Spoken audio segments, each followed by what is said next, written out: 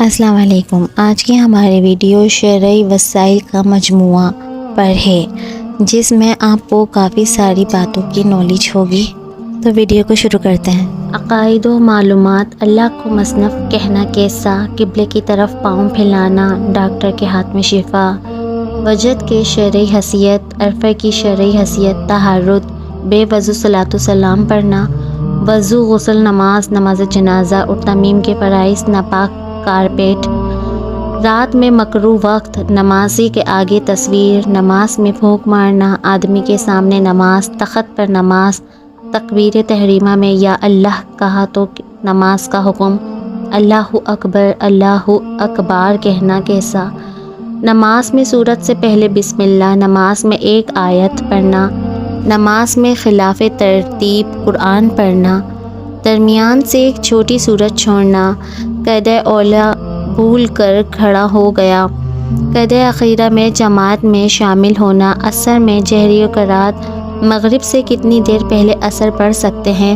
نوافل کی جماعت، شوہر بیوی اور نفل کی جماعت، مسجد سے کتنی دور جماعت واجب، قید اولا چھوڑ کر سیدھا کھڑا ہو گیا تو لقمہ دینا، صف مکمل ہونے کے بعد اکیلا نمازی، نماز جمعہ کی شرائط، 3 جمعے چھوڑنا، ظہر اور جمعے کی سنت قبیلہ چھوٹ جائے تو، عورت کی امامت، امام سے پہلے سر اٹھانا کیسا، امام محراب میں ہو تو، امام رکوع میں ہو تو، قبل جماعت بعد سنت، ظہر قضائے عمری اور بعد نماز فجر سجدہ تلاوت، صاحب ترتیب قضا نماز، قبل جماعت تراویح چھوڑ کر قضا، گھر پہنچ کر قصر یا پوری، امام مسافر ہو تو کتنی پڑھائے، مسافر بھول کر پوری نماز پڑھ لے، نماز وتر میں تکبیر کہنا اور ہاتھ اٹھانا، کفن، چھوٹی بچی کا کفن، نماز جنازہ میں تیسری تکبیر پر سلام، غائبانہ نماز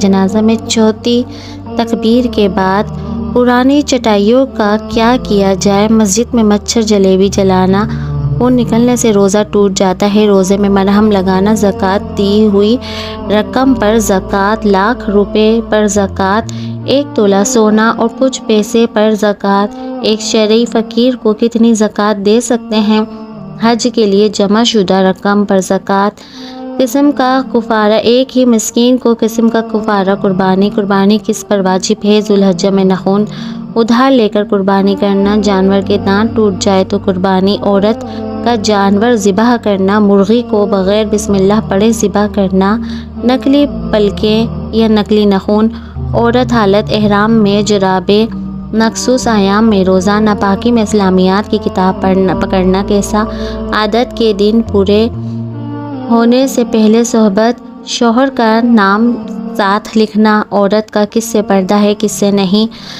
دادی کے بھائی سے پردہ، بیٹوں کو وراثت سے محروم کرنا، باپ سے پہلے بیٹا فوت ہو جائے تو پوتے کا حصہ، کن کو نکاح میں جمع کرنا حرام تو مجھ پر حرام ہے کہنا کیسا، باپ بیٹا کا نکاح، بیوی اور بیٹی کے ساتھ بات، نکاح قبل رخصتی کا حکم، عدت، طلاق و وفات، کتنی طلاق سے پہلے انتقال تو عدت کون سی، عدت میں شیمپو لگانا اور کنگھا کرنا کیسا، قسطوں کا کاروبار، 2 طرفہ کمیشن، آدھا نفع، بیگانہ ضبط کرنے کا حکم، صدقہ واجب کی تعریف، عالم کی تعریف، ڈارک براؤن کلر لگانا، کون سے سلام کا جواب واجب، قومی بچت میں پیسے رکھ کر نفع حاصل کرنا، سودی قرض والے کا ایصال ثواب، منگیتر سے باتیں، سونے کے پانی والی انگوٹھی، گلے میں چین پہننا کیسا، واضح کے اجرت لینا، کیا گانا حرام ہے، مچھلی کب نہیں کھا سکتے، موبائل پر بے وضو قرآن پڑھنا، خریداری پوائنٹس، ڈراپ شاپنگ کا کام کرنا، ڈیٹ کارڈ پر ڈسکاؤنٹ، غلطی سے کسی نمبر پر بیلنس بھیج دینا۔ انشاءاللہ تعالی ہماری اب جو ویڈیو ہوں گی ان 100 شرعی مسائل پر ہم بات کریں گے، اور امید کرتی ہوں کہ آپ لوگ اس ویڈیو کو آگے ضرور شیئر کریے گا تاکہ ہماری ساری معلومات اور لوگوں تک پہنچ سکے۔ سوال: کیا اللہ پاک کو مصنف اور قرآن کو تصنیف کہہ سکتے ہیں؟ جواب: اللہ پاک کے لیے صرف انہی ناموں کا استعمال کر سکتے ہیں جو قرآن و حدیث میں آئے ہیں، اس کے علاوہ کوئی نام استعمال نہیں کر سکتے۔ اور اگر اس کے معنی میں شان الہی میں کمی کا وہم ہو تو ممانت اور بڑھ جاتی ہے۔ لہٰذا اللہ پاک کو مصنف نہیں کہہ سکتے کہ ایک تو یہ نام قرآن یا حدیث کی وارد میں نہیں ہوا، اور دوسرا ہمارے عرف میں مصنف قلم سے لکھ کر یا کمپیوٹرائزنگ کر کے کتابیں تصنیف کرتا ہے، اور یہ چیز اللہ پاک کی شان کے لائق نہیں۔ اسی طرح قرآن کو تصنیف بھی نہیں کہہ سکتے۔ شامی میں ہے محال کا وہم منع کے لیے کافی ہے۔ سوال: قبلے کی طرف پاؤں پھیلا کر سونا کیسا؟ جواب: قبلے کی طرف پاؤں پھیلا کر سونا منع ہے، کیونکہ اس میں قبلے کی بے ادبی ہے۔ فتویٰ رضویہ میں ہے کہ کعبہ معظمہ کی طرف پاؤں کر کے سونا، بلکہ اس طرف پاؤں پھیلانا سونے میں ہو خواہ جاگنے میں، لیٹنے ہو خواہ بیٹھے ہو، ہر طرح سے ممنوع ہے اور بے ادبی ہے۔ سوال: کسی ڈاکٹر کے بارے میں کہنا کہ اس کے ہاتھ میں شفا ہے شرعاً کیسا ہے؟ جواب: ڈاکٹر کے ہاتھ میں شفا ہے کہنا جائز ہے، کیونکہ یہ مجازی نسبت ہے۔ اس کا مطلب یہ ہے کہ جب یہ علاج کرتا ہے تو اللہ کی عطا سے مریض ٹھیک ہو جاتا ہے۔ کوئی مسلمان کسی ڈاکٹر کے لیے بغیر اللہ کی عطا کے شافی ہونے کا اعتقاد نہیں رکھتا ہے۔ قرآن پاک میں حضرت عیسیٰ علیہ السلام کا قول مذکور ہے: اور میں پیدائشی اندھوں کو اور کوڑ کے مریضوں کو شفا دیتا ہوں۔ اس کی تفسیر میں ہے کہ شفا دینے، مشکلات دور کرنے وغیرہ کے الفاظ اللہ تعالیٰ کے علاوہ کسی اور کے لیے استعمال کرنا شرک نہیں۔ سوال: وجد میں دھمال کرنا اور تواجد کی شرعی حیثیت کیا ہے؟ جواب: حالت وجد میں دھمال یعنی کہ اچھل کود جائز، بلکہ احادیث سے ثابت ہے کہ اگر یہ کیفیت نہ ہو تو رقص کرنا حرام ہے۔ علامہ خیر الدین رملی رحمۃ اللہ فرماتے ہیں: جب حضور صلی اللہ علیہ وآلہ وسلم نے حضرت جعفر طیار رضی اللہ تعالیٰ عنہ سے فرمایا کہ تم سیرت و صورت میں میرے مشابہ ہو، تو ایک روایت کے مطابق آپ وجد میں دھمال کرنے لگے، اور نبی کریم صلی اللہ علیہ وآلہ وسلم نے انکار نہ فرمایا، اور اس حدیث کو صوفیہ کرام کے رقص پر دلیل بنایا گیا ہے کہ جب وہ محفل ذکر میں لذت و وجد سے دو چار ہوتے ہیں۔ اسی طرح تواجد کا معاملہ ہے۔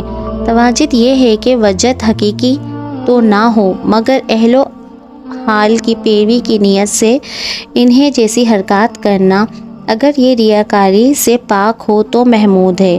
امام غزالی لکھتے ہیں: دوسری محمود جس کے ذریعے احوال شریفہ کے حصول و اکتساب کی کوشش کی جائے، کیونکہ احوال شریفہ کے حصول میں کسب کا دخل ہے۔